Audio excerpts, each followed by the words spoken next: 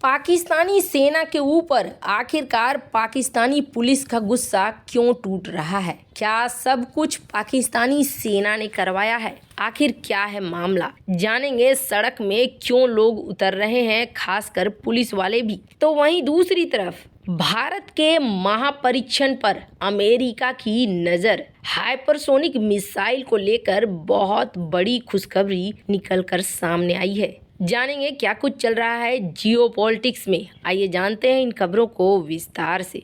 हमने आपको बताया था, दरअसल पाकिस्तान का ये इलाका है जिसे खैबर पख्तूनख्वा के नाम से जाना जाता है और इसकी राजधानी है पेशावर। पेशावर में एक मस्जिद था, उस मस्जिद में 100 से ज़्यादा लोगों की मौत हो गई है और सैकड़ों लोग घायल हो गए हैं। जब ये विस्फोट हुआ तब एक पुलिस की वर्दी में शख्स घुसा और ये सबसे पहली पंक्ति में जाकर खड़ा हो गया। कहा जाता है कि इस मस्जिद में 8 लेयर की सुरक्षा दी गई थी। इसके बावजूद वो शख्स अंदर चला जाता है, पहली पंक्ति में खड़ा हो जाता है और फिर विस्फोट होता है।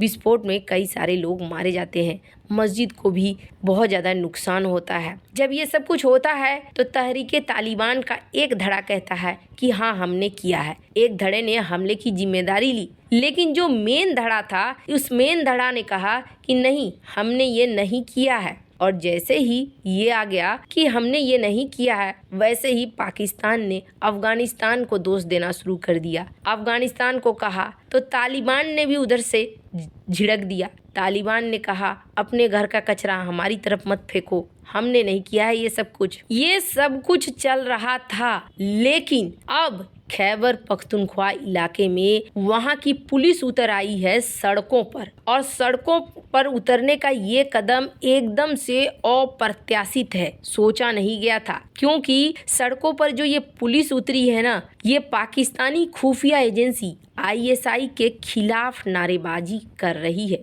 डॉन की रिपोर्ट के मुताबिक ऐसा पहली बार हुआ है जब वर्दी पहने हुए करीब 24 पुलिसकर्मी पेशावर प्रेस क्लब के बाहर जमा हुए। इन्होंने खुफिया एजेंसी के खिलाफ नारेबाजी शुरू कर दी। उन्होंने कहा कि ये जो पुलिस लाइन था, पुलिस लाइन के अंदर मस्जिद में इस तरीके का विस्फोट हुआ, इसकी जांच होनी चाहिए। उन्होंने कहा कि हम खैबर पख्तूनख्वा पुलिस के साथ जो अन्याय हो रहा है उसके खिलाफ आवाज़ उठा रहे हैं, वो सिस्टम के खिलाफ आवाज़ उठा रहे हैं। यहाँ कानून व्यवस्था खत्म हो गई है। पाकिस्तान के एक चर्चित पत्रकार हैं वजाहत एस खान, इसने भी इस विरोध प्रदर्शन का एक वीडियो ट्वीट पर शेयर किया है। स्क्रीन पर आप देख सकते हैं, जिसमें उन्होंने कहा है कि अज्ञात लोगों के खिलाफ नारा लगाया जा रहा है। पाकिस्तान में जब भी ऐसा होता है कि अज्ञात लोग का इस्तेमाल होता है खुफिया एजेंसी के तौर पर, जब आम लोग बात करते हैं अज्ञात लोग, तो इसका मतलब होता है खुफिया एजेंसी। अब मन में आएगा कि पाकिस्तानी सेना ऐसा क्यों कर रही है,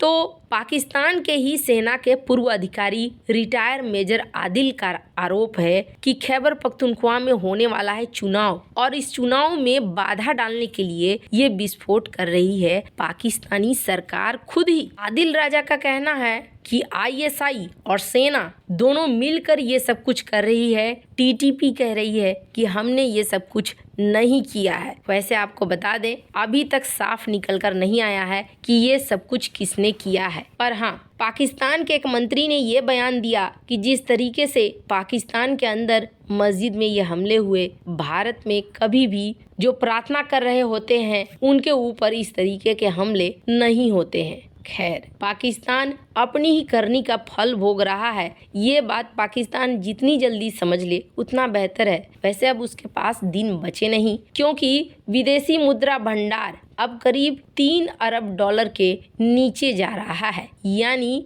कुछ ही 7 दिन का ही वक्त बचा हुआ है और काउंटडाउन शुरू हो चुका है पाकिस्तान के बर्बाद होने का। करेंसी का भी बुरा हाल है। अब जल्द ही श्रीलंका जैसे हालात देखने को मिलेंगे, क्योंकि कहीं से कुछ भी नहीं आया है। IMF ने कड़ी शर्तें रखी हैं, जिसको पूरा कर पाना भी संभव नहीं है। बाजार में जो निवेशक थे उनका भी मन टूट चुका है और अब वो पैसे निकाल ही रहे हैं। कुल मिलाकर तबाही के कगार पर खड़ा पाकिस्तान अब अपने पुलिस की नाराजगी भी झेल रहा है। खैर, जहां एक तरफ ये सब कुछ हो रहा है, तो वहीं दूसरी तरफ भारत ने अब दुनिया में बवाल मचा दिया है और अमेरिका की नज़र भी अब भारत के ऊपर है, उस महापरीक्षण के ऊपर है जो भारत को अमेरिका से भी आगे ले जाएगा। ये बात तो बेहद आश्चर्य कराने वाली है कि अमेरिका रूस की तुलना में बहुत ज़्यादा पैसे खर्च करता है। 4 गुना पैसे अमेरिका ने अकेले लगा दिए रूस की तुलना में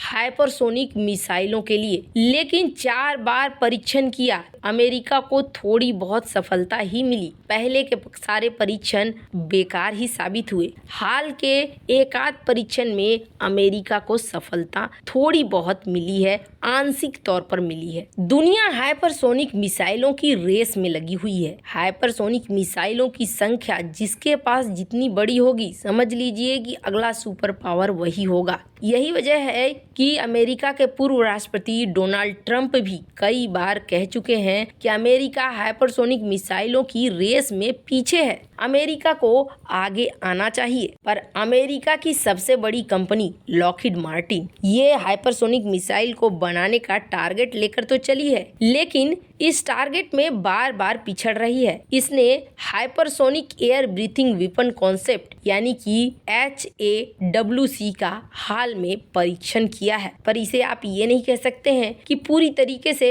हाइपरसोनिक मिसाइल बना लिया है अमेरिका ने। ये परीक्षण भले सफल हो गया है, लेकिन अभी भी बहुत बड़ा रास्ता है जो तय करना है और बचा हुआ है। अमेरिकी राष्ट्रपति डोनाल्ड ट्रंप ने कहा कि अगर वो दोबारा राष्ट्रपति बनते हैं तो सबसे पहले हाइपरसोनिक मिसाइलों के कार्यक्रम में तेजी लाएंगे। अब रूस की मॉस्को डिफेंस ने एक खुलासा किया है। इस खुलासे में ये कहा जा रहा है कि अमेरिका भले ट्रकों में भरकर पैसे बर्बाद कर रहा हो हाइपरसोनिक मिसाइलों पर अमेरिका की तुलना में भारत बहुत कम खर्च करके हाइपरसोनिक मिसाइलों को बहुत अच्छे तरीके से बना रहा है और अमेरिका से ज्यादा सफलता भारत को मिल रही है। मॉस्को डिफेंस का कहना है कि भारत ने जो अभी तक हाइपरसोनिक मिसाइलों का परीक्षण किया है वो सारे परीक्षण सफल रहे हैं और भारत का ब्रह्मोस 2 एक हाइपरसोनिक मिसाइल ही है और किसी भी तरीके से